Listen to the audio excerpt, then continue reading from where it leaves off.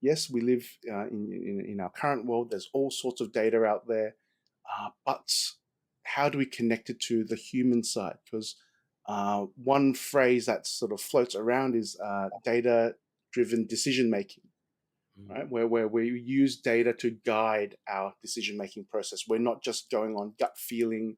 We're saying, here's the evidence to back up my decision, right?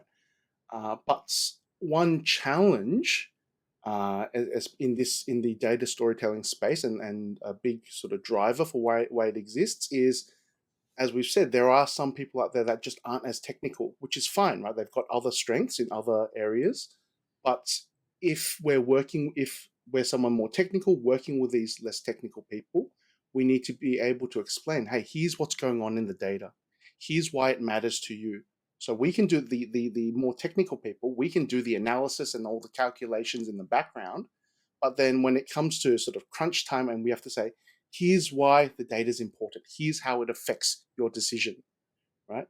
There is that gap there mm, where you can't just say, well, here's a spreadsheet with all the data, or here's a graph that I made, you figure it out. It's okay, how do we connect that together to from the technical data side to, okay, here's what I actually want you to do. Here's the decision I want you to make.